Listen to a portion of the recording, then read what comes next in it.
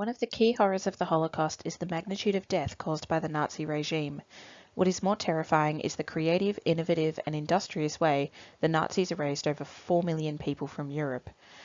Their system was ruthless and systematic, targeting those deemed undesirable or a burden to society by the government. It is easy to look back and believe that their system was in place from the beginning, but the fact is that the Nazi system for murder was an adapting and evolving method. This presentation will look at how Action T4 paved the way for Operation Reinhardt's scale of death. In October 1939, Adolf Hitler signed off on a program which would allow Philip Bohler and Dr. Karl Brandt to euthanize those who, after careful examination, were determined to be incurable. The decree was falsely offering a mercy death. The reality was that those who were disabled and or mentally ill would be euthanized. The majority of the victims were taken from mental institutions. It must be emphasized that this Nazi project was carried out under deception and without the consent of the victims, and possibly without complete knowledge of their carers. In its original conception, the euthanasia operation was small-scale and aimed at children. It was also done so with parental consent. This then escalated to the Nazis wanting to euthanize infants and toddlers who were disabled. Gaining parental consent was problematic, especially when the families were Catholic. Thus, the Nazis moved to remove the need for parental consent and started engaging in deceptive means to gain custody of the children. The doctors would claim that the children were eligible for special treatment and would be told there was a likelihood that the child would not survive the procedure. Children were euthanized individually either by starvation or lethal injection. Their bodies were then cremated.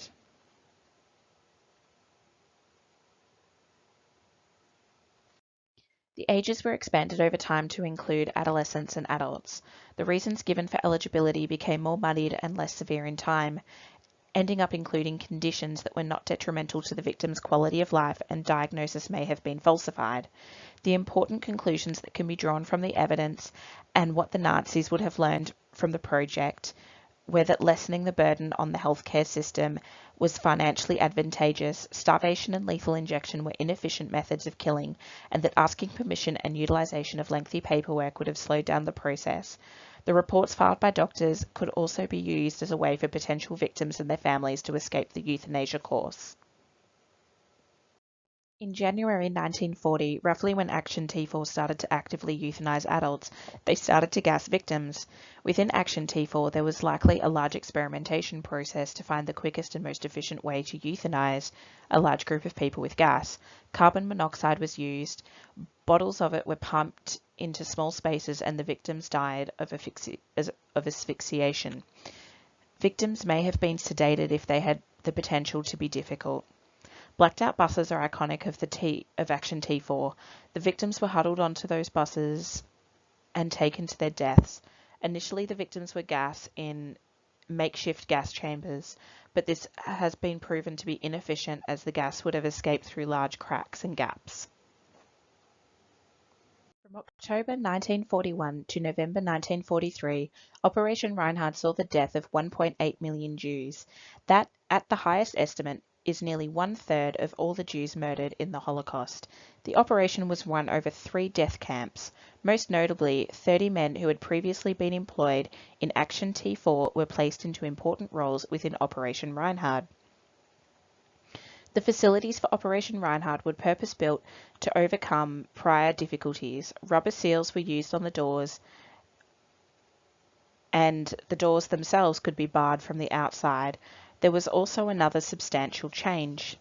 Previously, bottled carbon monoxide was used, but the decision was made to use the exhaust fumes from diesel engines to remove the need for a supplier.